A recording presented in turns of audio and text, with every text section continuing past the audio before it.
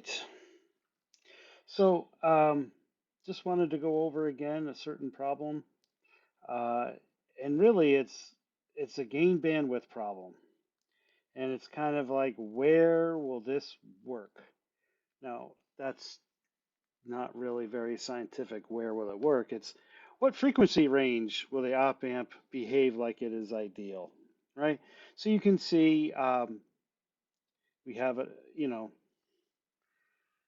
passive RC circuit here, and we have an active op amp circuit here, which, yeah, you can tell that the gain is just for looking at it, right? You probably have it memorized that it's 1 plus R2 divided by R1. However, because we're talking about gain bandwidth, right? Ultimately, now the op amp is not ideal.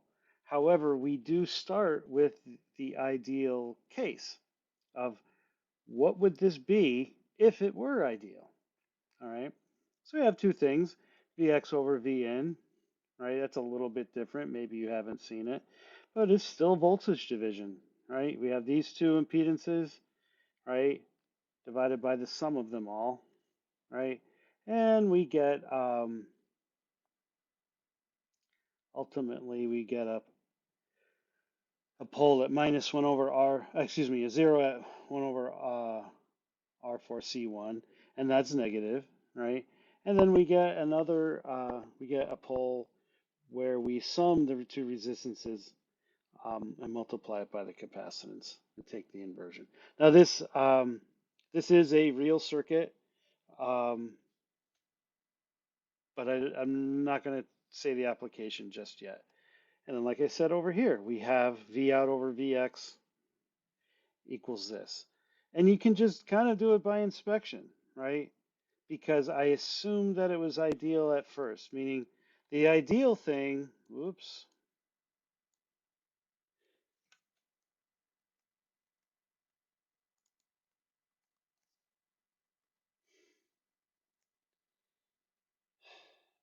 apologize. The ideal thing, right, um, is what we're trying to design. And then we want to find out the frequency range where we aren't ideal. So here it is. This is the ideal case, right? But that's not where we can stay. Now we have to find out where it works and where it doesn't work. And so when one sees a transfer function for the op amp, right, that means we are no longer in the ideal case. All right. Now one can use KVL for this, or you can use nodal analysis. Excuse me. Sorry, it's Saturday. I'm a bit tired from working out. Um, or you can use the systems approach, which I think is a little bit easier, right? But the thing is this circuit will stop working when this stops working. So you don't really have to worry about this part at all. It's when this stops behaving like a gain circuit of 1 plus R2 over R1, then the whole transfer function just doesn't work. All right. So now I think it'd be helpful when you're doing these problems is to take the op amp circuit and turn it into the signal flow diagram, right? An op amp is a summer with a transfer function, right? And in this case, we feed it back in, right? We're calling it GS right now, and it's subtracted because it's being subtracted. All right, so let's say that Vx, I should call Vx here, right? This out, right, becomes this out here, right? This op amp, the addition and subtraction becomes the summer, and you can't see it, but inside, right, I don't have enough room for it, is the transfer function, right? And then this voltage divider network is actually GS. Now, how to come up with that G of S? I think it's better to just redraw the circuit a little better to where you can see it. So I've just rotated it, right?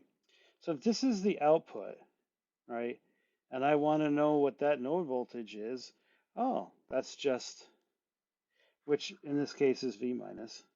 Well, that's just V out times R1 divided by the sum of these two resistances, right? So GS becomes that, right? I don't want to say what most people did incorrectly because then you might just remember the incorrect part, all right? But if you don't get this bit right, then the rest of the problem is wrong, okay, unfortunately. All right, so now I've redrawn the picture, that's beta. Just for memory, it's that voltage division equation, right? And before we get going, all we're doing is the magnitude of what the ideal part, right?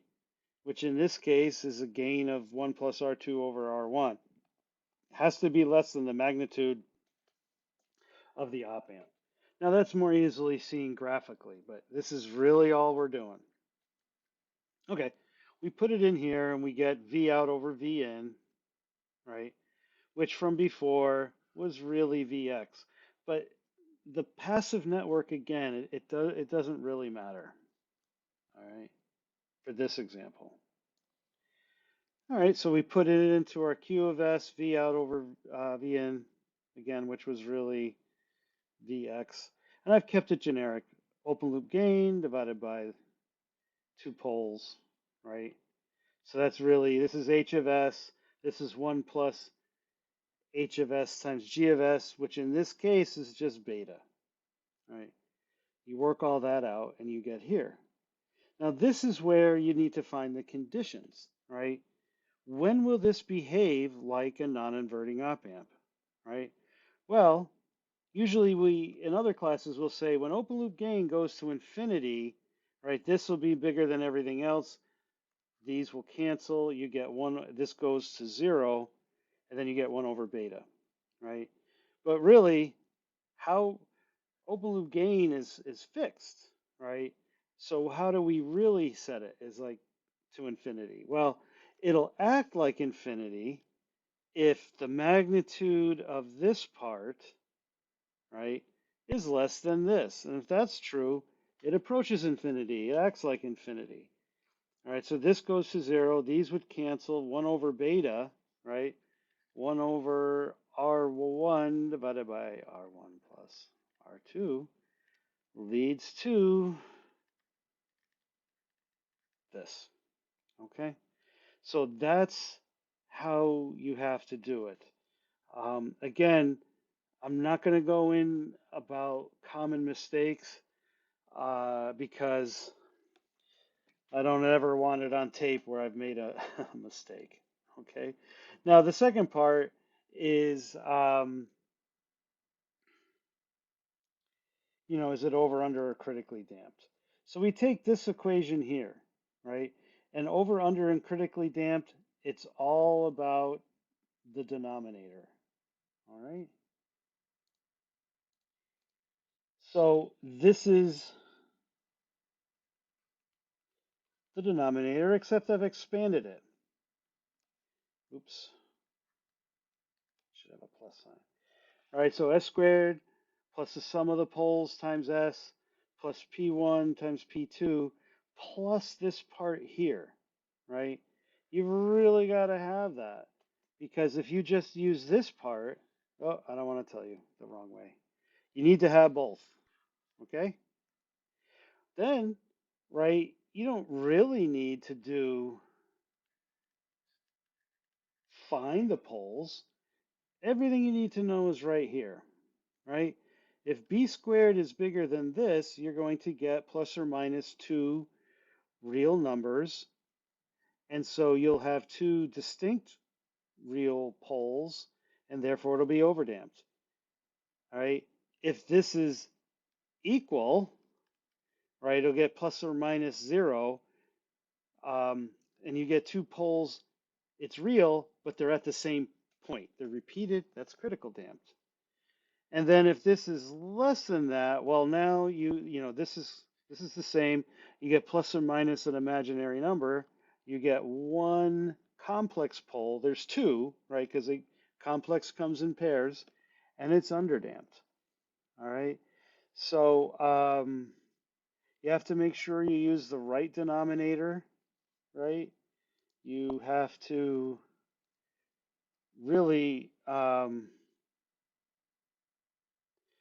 set this problem up properly, right?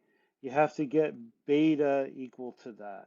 And yeah, rather than memorize it, it's probably better to draw the figure and get beta this way. Oops, right? And just know this, that this becomes the beta part, or GS. This out here goes here. And the op amp has a summer and it has this, right? Other than that, it should be straightforward. And yeah, sometimes R1 is infinite and R2 is zero, and it's a buffer, right? Other systems, there is a feedback network here where it is like an integrator, and it's just a lot harder to do mathematically. So those questions we do graphically, all right? But that should answer any questions you have on that kind of problem.